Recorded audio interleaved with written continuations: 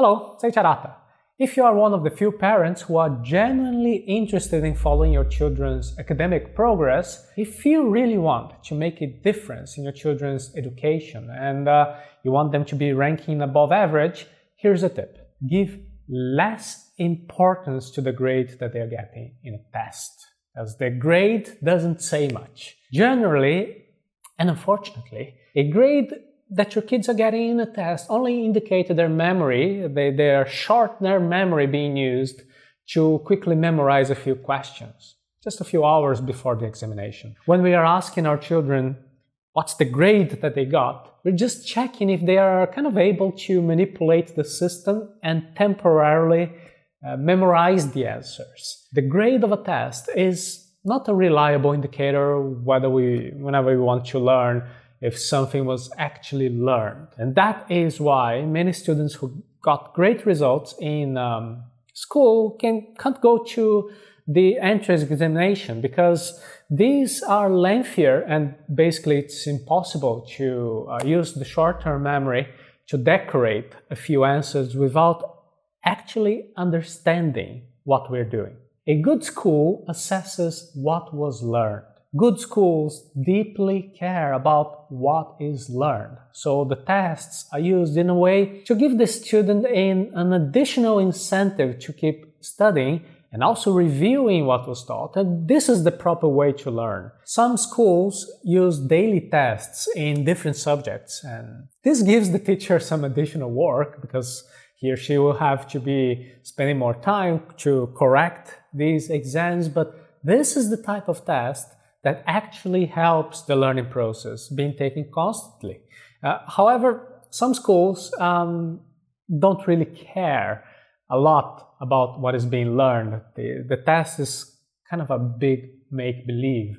It is only used in special weeks, exam weeks, and you even have the teachers who kind of reveal the questions beforehand. Have you seen that? They keep saying, guys, now pay attention, because this will be included in the test. And that's the only way that they find to get the respect from the students. And then the students briefly pay a little bit of attention so they can memorize the answers, they do the test, and then they forget everything right after. Their parents get all excited and happy because they see the grade, the numbers. Everybody's happy, everybody pretends that something was actually learned until the disappointment comes with something more important, like the entrance exam. Studying should be the focus, not the test. Here in the Hello Seiiti Arata series, we used several recent episodes to approach the importance of this technique. If you are not yet a subscriber of our channel, you can type arata.se/YTENG in your browser, then you can be notified whenever we have new videos. And what we have seen so far is that a test's grade is the end product. And what we don't want to do is to put the focus on the result, but rather on the daily practice, which represents the real study. In public schools, the grade is what will determine the school's level of success whenever it's time for the government to assess the performance of that school. And the students' grades have an influence on the school's reputation and on its future resources and benefits that it will receive from the government. So, and also in the private schools, it's basically the same thing. A good grade represents happy parents who will be willing to pay the monthly fees and keep paying. And in both situations, a good grade does not properly represent what was truly learned, the true knowledge. A grade does not represent the student's current or potential ability. At the end of the day, grades can even influence one's sense of self-worth. The belief that they are good students, average, or poor students, based on grades and marks, and this can even encourage cheating, because that would be the sign that, this is worth doing, because what matters is the final result, what matters is the grade. What type of life lesson is the student learning when they start to cheat? How many students achieve great results, but at the end of the day, they don't really learn anything useful at all. Learn how the brain works when it's learning. Our brain stores information in short and also in long-term memories. When you are studying the day before the test, you're using your short-term memory. That's even worse when the teachers are already telling the students what will be the questions. They do that beforehand. And then the students feel entitled to ask, "Teacher, this thing that you're saying right now, is it going to be included in the test?" In other words, they will not learn or they will not memorize anything that will not be included in the test. It's just not worth for that student. Wanting to know what will be included in the test is a sign that the student is not really interested in making the effort to go beyond the minimum requirements.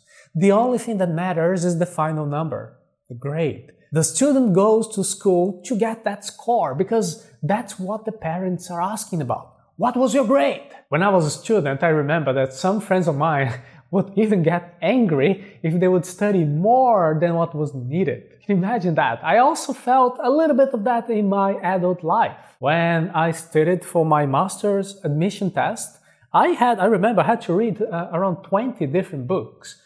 And in the exam to get admitted, they only asked one question about one subject of one book. And I felt a little bit outraged because I had put so much more effort than was necessary. And this is the type of mindset of those who only see the number, the bottom line, and not what is actually learned.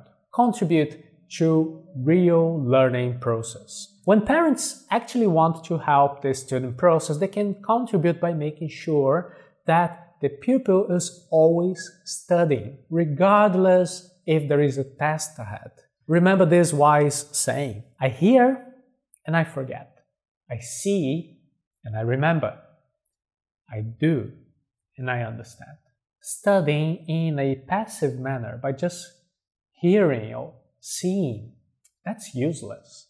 Doing is what's going to make the difference. When we are doing something, our brain is in active mode. We need to connect the dots. We need to think. We need to make good choices. Reading can help you to apprehend something, but it's not going to give you a real learning process. And here is an additional tip. By underlining excerpts from a book, it's also worthless. You need to write with pencil and paper using your own words. And that's why I'm always asking you to have pencil and paper and do your own annotations, both here in our YouTube videos, but also within the members area of students for the online courses at Arata Academy. If you did our course, How to Learn Faster, you already know what I'm talking about. In case you didn't, check arata.se/how to learn. And as a matter of fact, I have some good news for you. If you are already enrolled in our course, I recorded a bonus video with additional tips. So if you want to have access to the bonus lesson, if you're a member, you can log in to the student's website and then you click on our course, How to Learn Faster. And then on the navigation bar, you will see a list not only with all the main lessons of the course, but also you will see that we posted a new bonus material whose title is Improve the Study of Your Children. And if you meet some technical difficulties, you can get in touch with our support staff by using the official channels, contact link at arata.se/contact. Please don't ask anything here on YouTube because our staff only answers support requests that are sent through our official channel, arata.se/contact. And if you're not registered in the course yet, you can visit arata.se/how to learn right now.